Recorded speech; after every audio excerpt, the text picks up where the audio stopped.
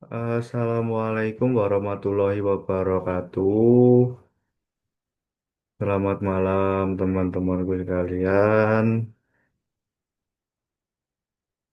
Saya Prija Arif Maulana dari Prodi D4 Kebijakan dan Manajemen Pajak dengan NIM 2025 DP 003 akan mempresentasikan tentang pelaporan pajak dengan surat pemberitahuan atau SPT. Masuk pada definisi SPT. Definisi SPT yaitu sarana bagi wajib pajak untuk melaporkan perhitungan pembayaran pajak, objek-objek pajak, serta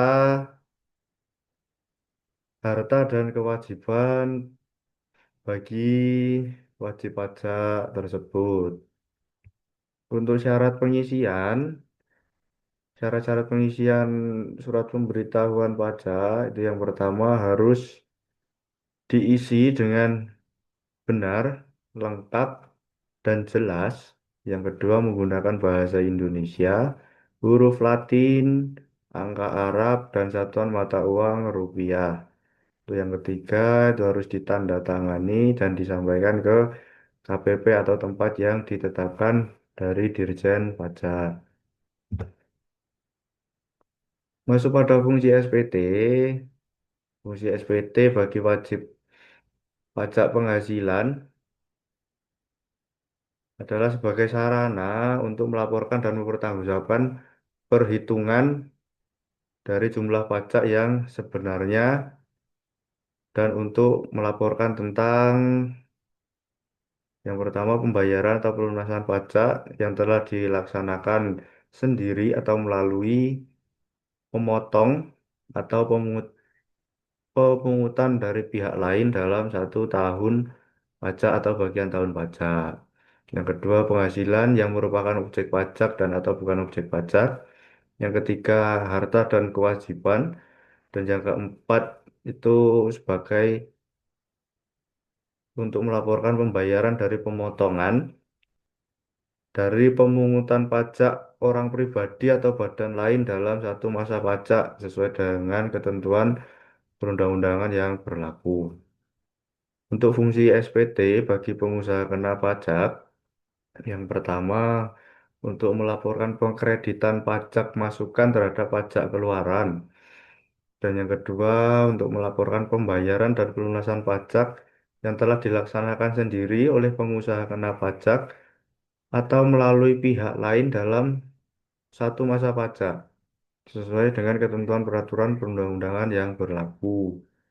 Dan yang ketiga adalah fungsi SPT untuk bagi pemotong atau pemungut pajak, yaitu berfungsi sebagai sarana untuk melaporkan dan mempertanggungjawabkan pajak yang telah dipungut atau dipotong dan yang telah disetorkan ke DJP. Masuk ke jenis SPT.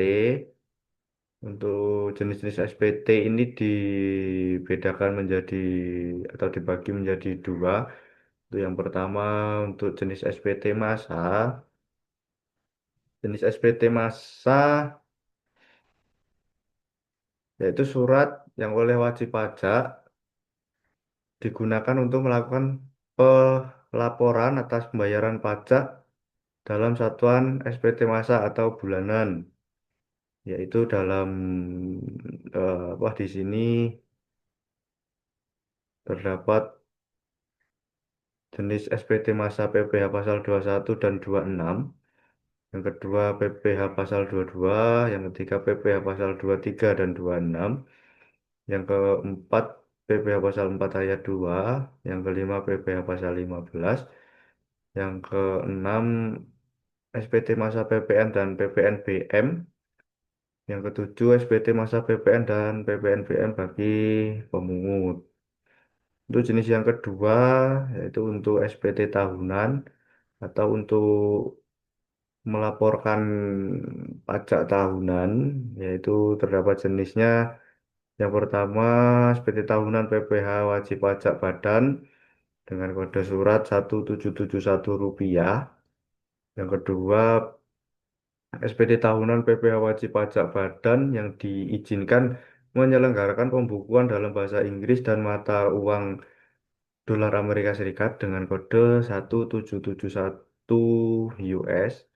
Yang ketiga, SPT tahunan WP wajib pajak orang pribadi yang punya penghasilan dari usaha atau pekerjaan yang menyelenggarakan pembukuan atau norma perhitungan penghasilan berdasarkan itu dari 1 tahun atau dari 1 atau lebih pemberi kerja yang dikenakan PPh final. Nah, ini dengan kode 1770. Yang keempat, SPT tahunan PPh wajib pajak orang pribadi yang mempunyai penghasilan lebih dari 1 atau lebih pemberi kerja dalam negeri dan yang dikenakan PPh final dengan kode 1770S. Yang kelima itu SPT tahunan wajib pajak orang pribadi yang mempunyai penghasilan dari 1 pemberi kerja dan tidak mempunyai penghasilan lainnya, kecuali bunga bank dan atau bunga koperasi dengan kode 1770 SS. Masuk pada isi SPT ini memuat tentang identitas wajib pajak meliputi nama, nomor pokok wajib pajak atau NPWP, dan alamat lengkap bagi wajib pajak. Yang kedua, periode pajak, yaitu keterangan mengenai masa pajak, bagian tahun pajak, atau tahunan pajak yang bersangkutan. Yang ketiga, otorisasi atau tanda tangan wajib pajak atau kuasa hukum yang sah dari wajib pajak. Yang keempat, ada data penyerahan yang mencantumkan jumlah penyerahan barang atau jasa. Yang kelima, pajak keluaran dan pemasukan. Ya, ini berisi jumlah pajak keluaran yang telah dipungut dan untuk pajak masukan yaitu pajak yang telah dibayarkan ketika melakukan transaksi pembelian.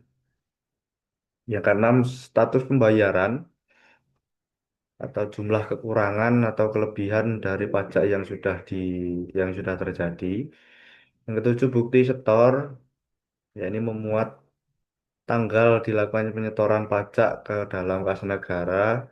Yang terakhir, data pendukung, itu berisi informasi atau data lain yang berkaitan dengan usaha bagi wajib pajak tersebut. Masuk ke tempat dan cara pengambilan SPT. Untuk SPT yang berbentuk formulir atau hard copy itu bisa diambil secara langsung di tempat yang telah ditetapkan oleh Dirjen Pajak. Dan yang kedua, untuk bentuk SPT elektronik atau ESPT itu bisa diambil secara langsung ke kantor pelayanan pajak atau kantor-kantor pelayanan penyuluhan dan konsultasi perpajakan, atau bisa juga diunduh melalui jejaring Direktur Jenderal Pajak. Untuk penyampaian SPT itu yang pertama bisa disampaikan secara langsung melalui TPP atau tempat pelayanan terpadu di kantor pelayanan pajak atau KPP atau pojok pajak dan Dropbox. Untuk yang kedua bisa melalui jasa ekspedisi, ekspedisi atau pos dengan mencantumkan bukti pengiriman surat ke KPP yang telah terdaftar. Dan yang terakhir itu bisa melalui e-filing atau melalui website resmi dari www.pajak.go.id atau melalui ASP atau jasa penyedia aplikasi gitu. Lanjut ke batas penyampaian SPT untuk batas penyampaian SPT massa itu dari jenis PPh pasal 4 ayat 2, PPh pasal 15, PPh pasal 23 dan 26, PPh pasal 25, PPh pasal 21, PPh pasal 22 badan yang bergerak dalam bidang produksi bahan bakar minyak, gas dan pelumas, serta PPh pasal 22 untuk badan-badan tertentu sebagai pemungut pajak, itu batas waktu penyampaian SPT 20 hari setelah masa pajak berakhir. Untuk jenis pajak PPN dan PPNBM PKP atau pengusaha kena pajak dan PPN atas kegiatan membangun sendiri itu batas waktu penyampaian paling lama akhir bulan berikutnya setelah masa pajak berakhir. Untuk PPh pasal 22 PPN dan PPNBM atas impor yang dipungut oleh DJBC itu paling lama 7 hari setelah 7 hari setelah akhir masa pajak. Untuk PPh pasal 22 itu 14 hari setelah masa pajak berakhir. Dan untuk PPN dan PPNBM bendahara serta PPN dan PPNBM non bendahara pemerintah itu batas penyampaian SPT paling lama akhir bulan berikutnya setelah masa pajak berakhir. Lanjut pada batas waktu penyampaian SPT tahunan dengan jenis SPT tahunan PPh orang pribadi dengan kode 1770, 1770S dan 1770 SS dengan kode 1770, 1770S dan 1770SS itu batas waktu penyampaian paling lama 3 bulan setelah akhir tahun pajak. Untuk jenis SPT tahunan PPh Badan dengan kode 1771 itu paling lama 4 bulan setelah akhir tahun pajak. Untuk pembetulan dan sanksi, dalam pembetulan mandiri, wajib pajak dapat membetulkan SPT atau surat pemberitahuan itu selama belum dilakukannya pemeriksaan oleh Dirjen Pajak. Dan untuk sanksi administrasi itu jika dalam pembetulan itu terdapat yang mengakibatkan utang pajak menjadi lebih besar, itu akan dikenakan sanksi bunga 2% per bulan dari jumlah pajak yang kurang bayar.